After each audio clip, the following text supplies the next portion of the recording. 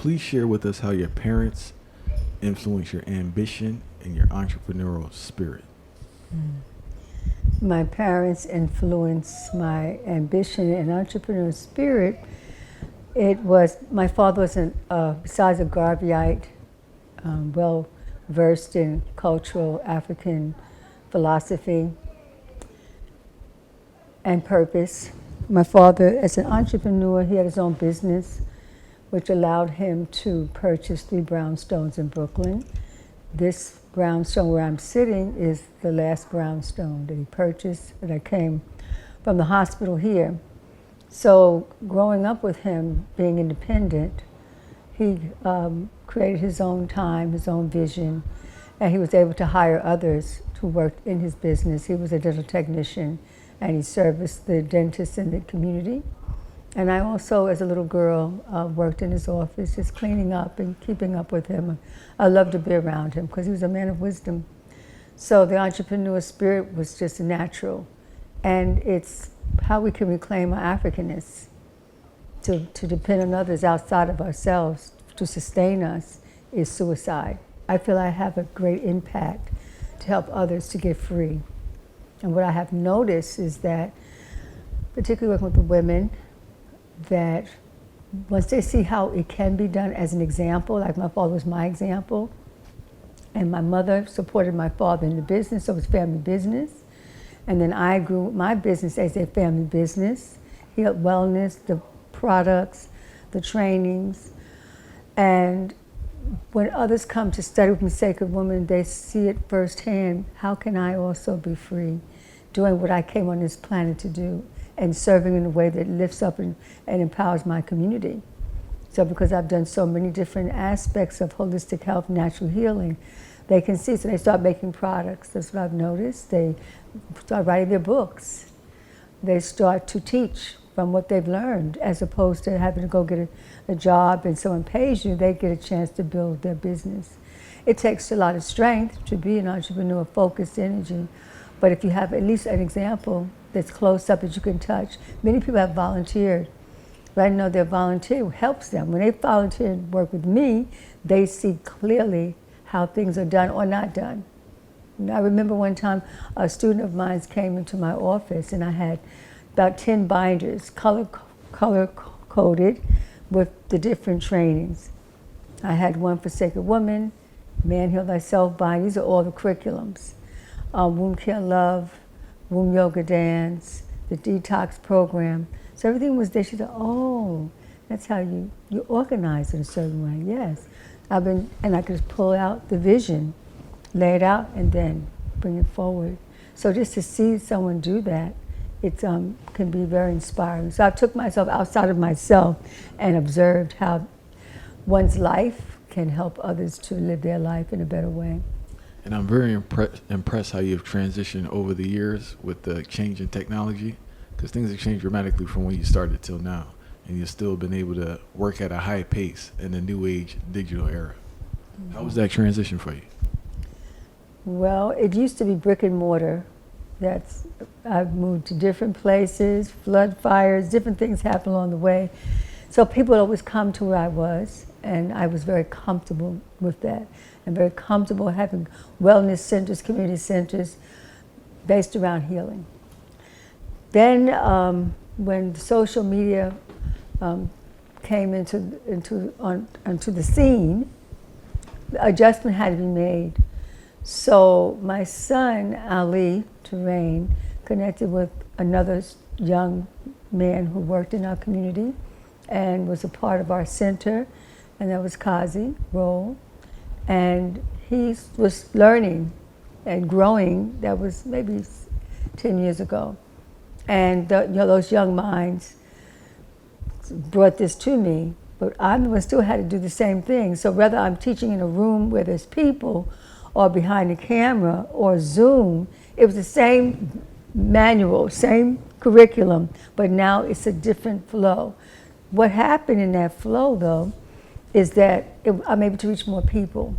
So that's the positive, that you're not just in the room. In the early days, one would have to come to where I was in order for them to learn. And some stayed for a few months, and had to pick up their lives and do that, but very few people can do that. So now my work is in Chicago and Detroit and the UK. I'm on my way to Canada and soon come Jamaica again. So that, before I got there, the work was there. And how does it make you feel when the young sisters from this generation embrace you and reach out to you? It feels natural. It feels like that is how it's supposed to be. That if you stay in your work, in your particular field long enough, you become an elder, you become a person of wisdom and knowledge, because the ups and the downs, that's part of the teachings. You learn. If you can get back up and learn from it, then you get stronger. And you get more, you get clearer what is to and what is not. So when the young women come to me and young men come to me, I have so much to give them because I've had so many life experiences. And I had to overcome quite a bit. So their stories are already my stories. They're my stories, I already lived them. So then I can tell them, these are the pitfalls. This is what you need to look out for. This is what you don't need to do. This is how you have to take care of yourself so you can sustain yourself long enough to be able to manifest your purpose in a big way. And how do you find that balance of business and self-care? It seems like a fine line. Well, to me, self-care is my centerpiece. That is one of, I would say, my secrets. That is not a secret. The more I take care of myself, the more I can sustain. The more I take care of myself, the more I can serve. No one wants to come to a sick healer. No one wants to come to a healer who's angry because of life lessons, things happen to them. So that I don't carry grudges. I only carry lessons from every experience. So what lesson did I have to learn? And I ask for the clarity of it. So the next time I now don't have to repeat the cycle, I can end the cycle. And then I can now elevate. So that's part of what has to sustain me. Please explain for those listening who are unaware of your work what you mean by the sacred woman. Sacred woman. Sacred means divine. Sacred means to be one with the divine and all its many names. Sacredness is to be in alignment with your higher self. To be a woman is to be a healer. So the goal of sacred and woman is to wake up, in terms of the rites of passage that I teach, is to come into the alignment as yourself as healer. Yourself as healer of yourself. That's empowerment. That is edification. That is your culture. And to be confident once you learn the steps, the stages, the gateways of sacred woman, then you're able to not only heal yourself, but your loved ones, your family, your community. Thousands and thousands of women have gone through and have taken on the title and the work and the lifestyle of sacred woman. And that has helped to empower a nation of us. We're rising up out of not knowing to knowing, out of sickness into wellness, out of destruction into productivity, out of lack and limitation to abundance. So there is a growing, the sacredness gives you everything that you need because you're in alignment with that divine essence that's already in there, active and ready to be worked with once you tune in. There's a book, there's another book called Sacred Woman. It's a European male wrote the book. I don't know what he's talking about, but I know what I'm dealing with. This is a resurrection for black women. This is our culture. When we were stolen as a people, our culture, our traditions, our medicine, our language, our pathway, everything that made us whole was stolen, and it was separated, divided. And then we were put on plantations, and we were beaten and raped and everything that abomination upon us. And that went for over 8 generations. And that poisoned us. So to take the sacred rites of passage is to not claim plantation life as the life that we lived. We lived through it, but there is a life before that when we were the royal ones, the whole ones, the example for not even a person, but for humanity. And that name of that is Ma'at. It was a nation of Ma'at. And the principle, the most centered piece of that is Ma'at. Represents balance, truth, righteousness, reciprocity. And that came as a form of the feminine principle. And she had a black spirit, and she had wings. And she represents the first, what one would call an angel in Christianity. She was an angel because she had wings.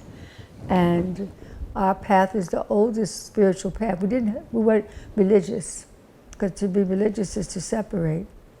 We were spiritual beings connected to source and being moved from that place of source and power. So the wings were there. And then she had a feather on her crown. And that is the balance of her thoughts. Holistic health actually is African natural lifestyle. And she's the embodiment of all of that. She encased that. Ma'at was over a whole nation.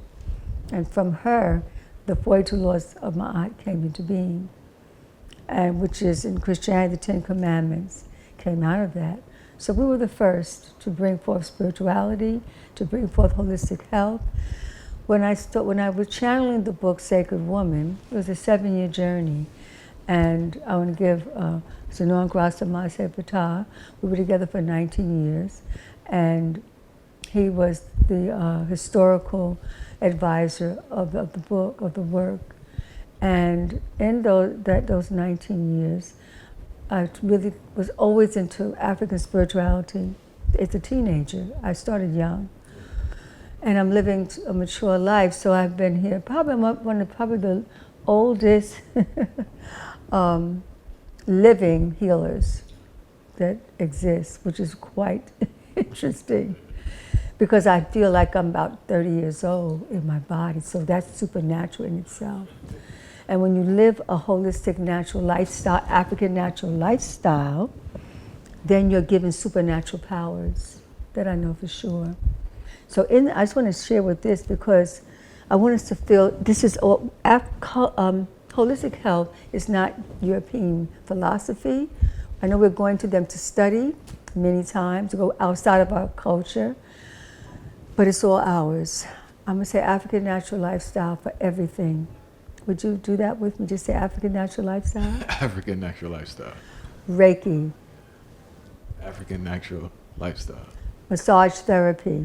African natural lifestyle. Reflexology. African natural lifestyle. Astrology. African natural lifestyle. Hydrotherapy. African natural lifestyle. Aromatherapy. African natural lifestyle. Polarity.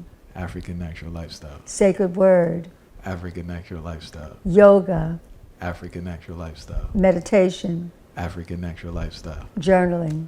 African natural lifestyle. Energy work. African natural lifestyle. It's all African natural lifestyle. Case closed. I dropped the mic.